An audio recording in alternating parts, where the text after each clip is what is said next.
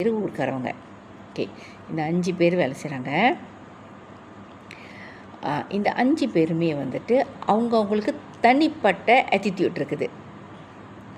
So நான் வந்து சொல்கிறேன், இந்த 5 பேர் ABCDE வரைக்கும் வச்சுக்குவோம். ஓகே, அவங்க முதலாளி 2 பேருமே பொம்பளை ஆளுங்க. ஓகேங்களா, 2மே பொம்பளை ஆளுங்க. ஸோ இந்த ஏக்கு வந்து 23, 25 வயசு தான் இருக்கும். நான் பார்த்துருக்கேன், அந்த பையனை கடையில் போயிருக்கேன், பார்த்துருக்கேன், எல்லாத்தையும் பார்த்துருக்கேன். அந்த பையன் ஃபோனில் காது வச்சு அந்த ஃபோனே பிடிச்சி போகிறான்.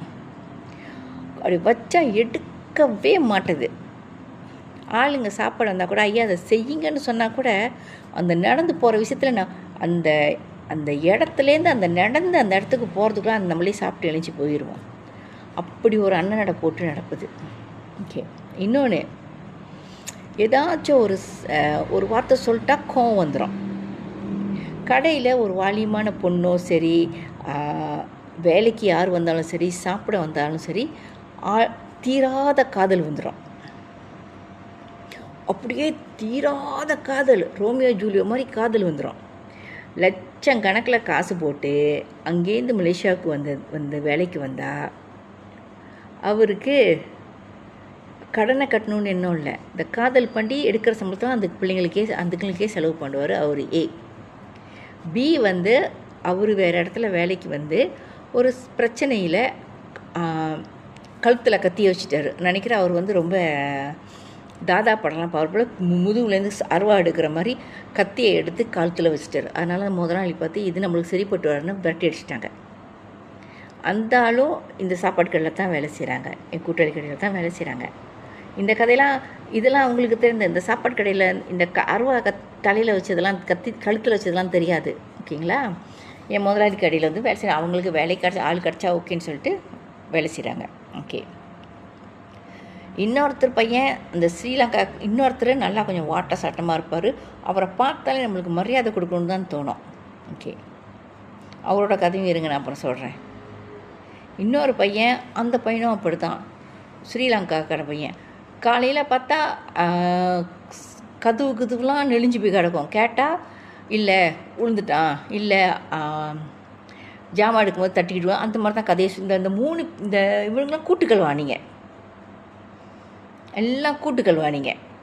ஒருத்தனை காட்டி கொடுக்க மாட்டானுங்க.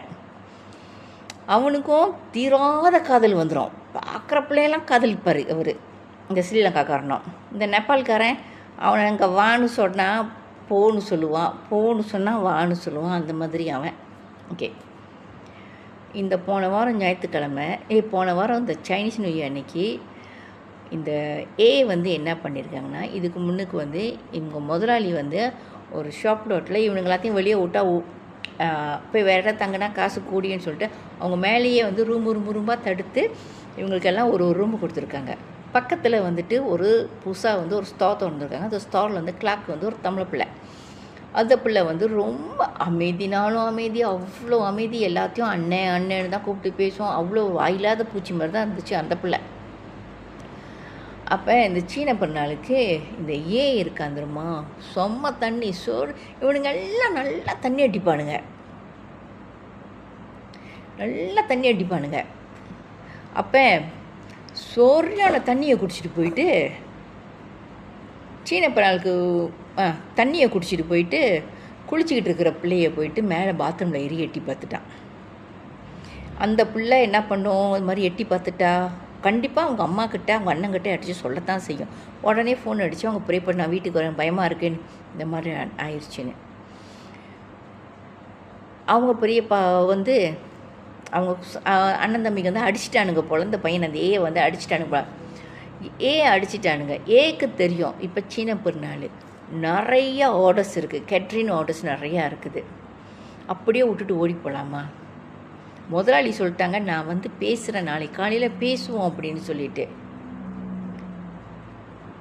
பார்த்தா ராவா இவனோட சித்தப்பாவை அவனையும் கூப்பிட்டு ஓடி போயிட்டான். சரி, ஓடி போனானே, இங்கேருந்து போயிட்டு கோம்பாக்கும் பத்துகேஃப்க்கும் எவ்வளோ கிட்ட, பத்துகேஃபில் போய் வேலை செய்கிறான்.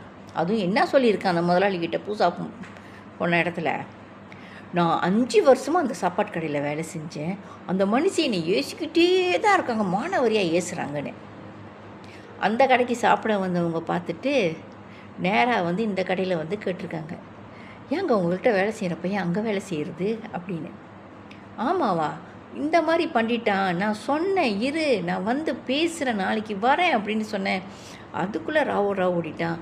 அந்த பிள்ளையும் பாருங்கள் போயிடுச்சு, வேலையை விட்டே நின்றுச்சு அந்த பிள்ளை. அப்படி தண்ணி அடிக்கிறானுங்க.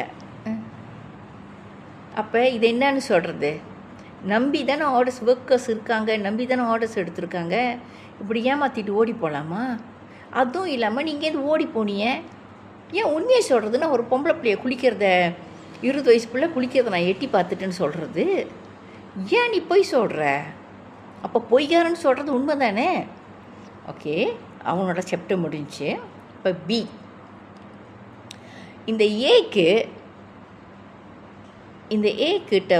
ஏ வந்து அங்கே போய் வேலை செய்கிறதுக்கு அந்த முதலாளியோட அந்த பத்து கேஃபில் இருக்கிற முதலாளியோட நம்பர் கொடுத்ததே பி தான். ஏன்னா பி வந்து என் கூட்டாளிக்கிட்ட வேலைக்கு வர்றது முன்னுக்கு அவன் தான் அங்கே வேலை செஞ்சுருக்கான். அப்போ அந்த கடையில் இருக்கிறவங்களே கேட்டிருக்காங்க, உங்களுக்கு சாப்பிட போனவங்களே கேட்டோம், எப்படி உனக்கு வந்து இந்த முதலாளியோட நம்பர் தெரியும் கேட்டதுக்கு பி தான் கொடுத்தாங்கன்னு சொல்லிட்டு. ஓகேவா? அதையும் வந்து சொல்லிட்டாங்க முதலாளி என் கூட்டாளிட்ட, இந்த மாதிரி பி தான் நம்பர் கொடுத்துருக்கான் ஏகிட்ட, இங்கே போய் வேலை செய்யுன்னு சொல்லிட்டுன்னு. அப்போ முதலாளி கூப்பிட்டு கேட்டாங்களா, நீங்கள் தானே ஏகிட்ட நம்பர் கொடுத்தீங்க அவனோட நம்பரை, ஏன் இல்லைனா அவனுக்கு எப்படி தெரியும் அந்த நம்பருன்னு கேட்டதுக்கு பி உடனே, நான் வேலையை விட்டு போகிறேன், நீங்கள் என் மேலே நம்பிக்கை இல்லாமல் கேட்டுட்டீங்க, உங்களுக்கு என் மேலே நம்பிக்கை இல்லை, நான் வேலையை விட்டு போகிறேன் அப்படின்னு ஒரே பிரச்சனை பண்ணுறானா? இப்போ பாருங்கள் எவ்வளோ ஒரு மட்டகரமான புத்தி ஊர்காரனுங்களுக்கு. ஓகே, சி, இப்போ சிக்கு வரும். சி தான் வந்து கட்டு மஸ்தான ஆள். இந்த கட்டு மஸ்தான ஆள் எப்படின்னா, ஒரு மனுஷி கல்யாணம் பண்ண மனுஷி கழுத்து நிறையெல்லாம் நகையெல்லாம் போட்டிருப்பாங்க, கழுத்து நிறைய நகை நட்டு போட்டிருப்பாங்க. இந்த ஆளை பார்க்க நல்லா கொஞ்சம் வாட்ட சட்டமாக நல்லா இருப்பான் பார்க்குறதுக்கு. எப்படியோ தெரிஞ்சு லிங்க் ஆச்சு. அந்த பொம்பளைக்கு சீன புருஷன். அந்த ஆள் அது நேரத்தில் இந்த பொம்பளை அந்த ஆளோட ரூமுக்கு வர்றது போகிறது இதை யாரோ நோட் பண்ணிக்கிட்டு இருந்துட்டு புருஷன்கிட்ட போட்டு கொடுத்தோன்னா அந்த நைட்டே புருஷங்காரன் 5-6 ஆளை கூட்டிகிட்டு வந்து அம்மனமாக அந்த ஆளை உட்கார வச்சு ஃபோட்டோ எடுத்து வைரலாக்கி விட்டாங்க. அந்த ஃபோட்டோ கூட என் டிக்டாக்ல இருக்குது போல், தேடி பார்த்தா இருக்கும். அம்மனமாக உட்காந்துருக்கு அந்த ஆள். சொல்லுது, அடுத்தவன் பொண்டாட்டி கூட தேவையா? இதெல்லாம் பண்ணுவானுங்க. ஆனால் இந்தியாவுக்கு போனோன்னே நான் சும்மா தான் பேசினேன், அதுக்கு அவன் புருஷங்காரன் அடிக்க வந்துட்டான் அப்படின்னு வானுங்க. ஓகே, இன்னொருத்தன் ஸ்ரீலங்காக்கார பையன், அவருக்கு தீராத காதலாச்சே, தீராத காதலாச்சே. அப்புறம் என்ன பண்ணுறது? கல்யாணம் பண்ண ஒரு பொம்பளை கூட வேலை செய்கிற இடத்துலேருந்து வீட்டுக்கு போனால் அந்த பொம்பளை ஓடி வந்து இவங்களோட சாப்பாட்டு கடையில் ஒளிஞ்சிக்கிட்டு அவங்க புருஷங்காரன் வந்து தேடிட்டு வந்து ஒரே பிரச்சனையாகி கடைசியில் வேலையை விட்டே போயிட்டாங்க. இந்த 4 பேத்தில் இந்த நேபாள்காரன் ஒண்டி தான் இருக்கிறான், மீதி 4 பேரும் பிரச்சனை பண்ணிட்டு போயிட்டாங்க. ஆனால் அந்த 4 பேரும் எல்லாம் கூட்டுக்கள் வாணிங்க, பத்தாக்குறைக்கு எல்லாம் பெரிய குடிகாரனுங்க.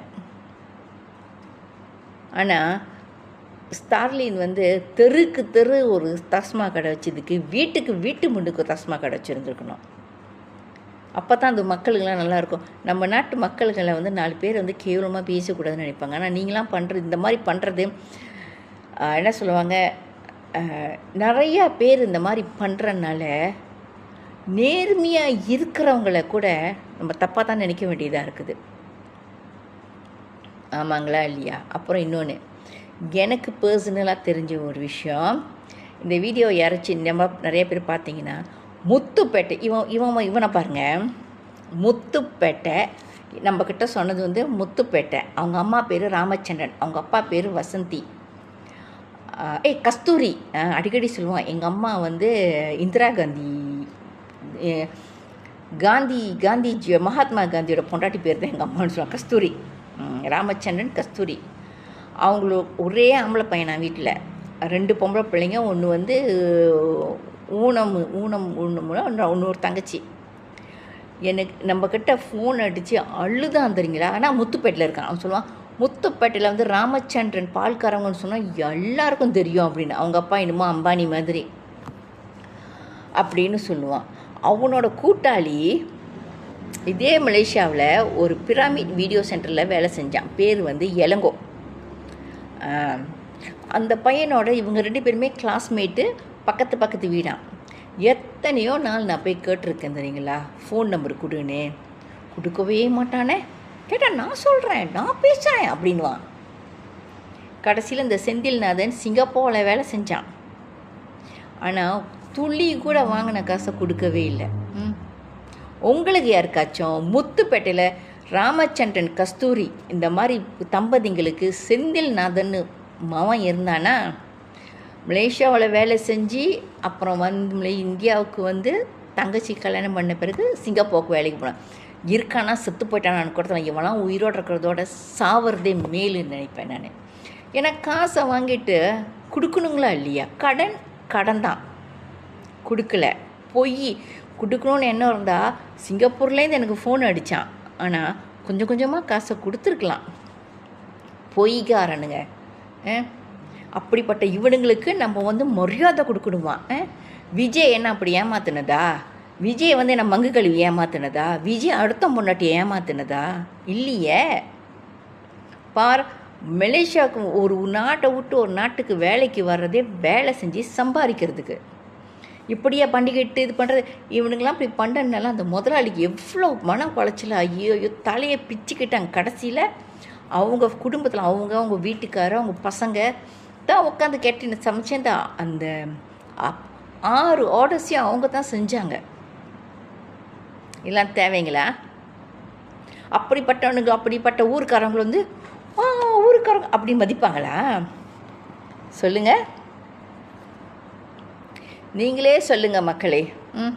நான் இப்போ இடையில கூட இப்போ வந்து நம்மலாம் வந்து மில்லினியம் காலத்தில் இருக்கிறோம், டிஜிட்டல் வேர்ல்டில் இருக்கிறோம். நான் வந்து ஒரு ஆஞ்சநேயர் கோயிலுக்கு போயிருந்தேன் போன வருஷத்தில். இன்னும் அந்த பொம்பளை என்னமோ கடுப்பாக பேசிக்கிட்டு இருந்துச்சு. ஆனால் எனக்கு தெரியல ஏன் திருச்சியில் தான் அந்த கோயில் இருந்துச்சு, பெரிய ஆஞ்சநேயர் சிலை இருந்துச்சு. ஸோ அந்த கோயிலுக்கு போய்ட்டு அது வெளியே நின்றுக்கிட்டு இருந்தேன். நான் வந்து அன்றைக்கின்னு மேலே வந்து கருப்பு கலர் ஸ்வெட்டர் போட்டிருந்தேன். ஒன்று அந்த நாங்கள் நிற்கிறது பிடிக்கல. என்ன சொங்க, அம்மா அங்கே நிற்காதம்மா, அங்கிட்டு போய் ஒதுங்கி நில்லுங்கம்மா, ஆள் வியாபாரம் பண்ணும், பூ கடை வச்சுருக்கேன். என்னமோ மல்டி மில்லியனரில் பூ கடை வச்சுருக்கிற மாதிரி பூ கடை வச்சுருக்காங்க. கடுப்பாக பேசி எனக்கு யாரை தான் பேசுது என்னன்னு எனக்கு தெரியல. அப்புறம் வந்துட்டு ஒரு மணி நேரம் கழித்து எனக்கு தோணுச்சு, இந்த பொம்பளை என்ன பேசுதா, யாரை பேசுது அப்படின்னு. கொஞ்சம் கழிச்சு, அம்மா அங்கே போய் ஒதுங்கி நிற்கிறீங்களா, வியாபாரம் இல்லை அங்கே போய் நிற்கிறீங்களா, ஆளுங்க வரமாட்டாங்க அப்படின்னு சொன்னிச்சு. நான் நினச்சேன், இன்றைக்கி கடவுள் உன் தலையில் என்ன எழுதியிருக்காரோ அதுதான் கிடைக்கும். உனக்கு இன்றைக்கி 100 ரூபா வியாபாரம் நடக்கணுன்னா அதுதான் நடக்கும். அவன் என்ன சொல்லுவாங்க, அவன் ஆன்லைன்லையும் இதுலேயும் பூ ஊற்றுக்கிட்டு போகிறான். இன்னும் இதை பூவை கட்டிக்கிட்டு கடை முன்னு கட்டி கோயில் முன்னு கட்டிக்கிட்டு அதுக்கு எண்ணெய் ஏசிக்கிட்டு இருக்குது. பேசுகிற பேச்சும் இல்லாமல். அப்போ நான் மனசில் நினச்சேன், நான் இந்த 2 ஹவரில் 1000 வெள்ளிக்கு வியாபாரம் பண்ணிடுவாங்க அவங்க வந்து பேசுறது தான் டைரெக்டாக என்கிட்ட சொல்லணும். அம்மா நீங்கள் அங்கே போய் நில்லுங்கம்மா, ஆளுங்க வரமாட்டாங்க, இந்த மாதிரி கருப்பு சட்டை அப்படின்னு சொல்லியிருந்தா நான் ஜாக்கெட்டை கழட்டியிருப்பேன். கடைசியில் அங்கே ஒரு பாட்டி, அந்த பாட்டிக்கு இருக்கிற அறிவு கூட அவங்களுக்குலாம் இல்லை. அந்த பாட்டி சொன்னாங்க, அம்மா இங்கே வந்து உட்காருமா அப்படின்னு சொன்னாங்க. எனக்கு என்ன கேடா அந்த கடமுடுக்கு நான் போய் நானே முட்டிக்கால் வலியில் காடி எடுக்க போனவங்க இன்னும் வரல. அப்போ நான் எங்கேயாச்சும் போய் உக்காந்துட்டேன்னா, தெரியாத ஊரில் நான் போய் எங்கேயாச்சும் உக்காந்துட்டேன்னா அப்புறம் எப்படி வருவான், என்ன தேடுவாங்க அப்படின்னு நினச்சி தான் நாங்கள் நின்றுக்கிட்டு இருந்தேன்.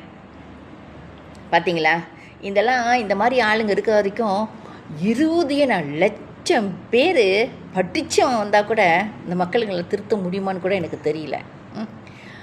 எல்லாருக்குமே தெரியும் ஸ்டார்லின் இருக்கிறனால அந்த நாடு எவ்வளோ ஒரு கஷ்டம், இன்னும் எப்படி ஏழையாக இருக்கான், எப்படி கொரப்ஷன், எவ்வளோ ஒரு இது எல்லாம் நடக்குதுன்னு.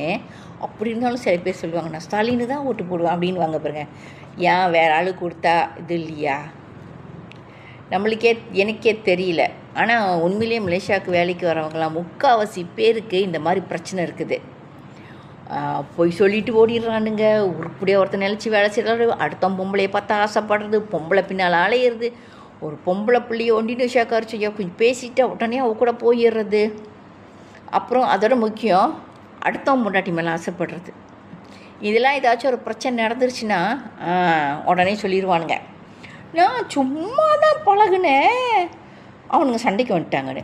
நீங்களே பார்த்துக்கோங்க உங்கள் நாட்டு மக்கள்கள் எப்படி இருக்காங்கன்னு. அதே இடத்துல இந்த முத்துப்பேட்டையில் இருக்கிற சித்திநாதனோட இது கிடச்சிச்சின்னா தயவு செஞ்சு எனக்கு யாராச்சும் ஒரு ஆள் எனக்கு பிஎம் பண்ணுங்க, உங்கள் ஃபோன் நம்பரை கொடுங்க. நான் ஃபோன் அடித்து அவன்கிட்ட காசை வாங்கிட்டு ஏமாற்றிட்டு போயிட்டான். 2006 வாங்கினான், 2004 வாங்கினான். இப்போ எத்தனை வருஷம் ஆச்சு? இருக்கானா கோவிலில் செத்து தொலைஞ்சிட்டானான்னு கூட தெரியல. ஆத்திரமாக தான் இருக்குது. என்ன பண்ணுறது? எங்கள் தாத்தா பாட்டி இந்தியாவில் உள்ளவங்க, எங்கள் தாத்தா பாட்டி எங்கள் தாத்தா பாட்டியோட தாத்தா பாட்டி இல்லை, எங்கள் தாத்தா பாட்டியோட அப்பா அம்மா இந்தியாவில் உள்ளவங்க தான். என்ன பண்ணுறது? ஏசணுன்னு ஒரு ஆசை இல்லை, ஒன்றும் இல்லை. ஆனால் சில பேர் செய்யறது, நிறையா பேர் இப்படி செய்யறதுனால இந்தியாவில் ஏதோ ஒரு சில பேர் தான் ரொம்ப ஜெனுவினாக இருக்காங்க. அவங்களுக்கும் கெட்ட பேர் தான். நன்றி, வணக்கம்.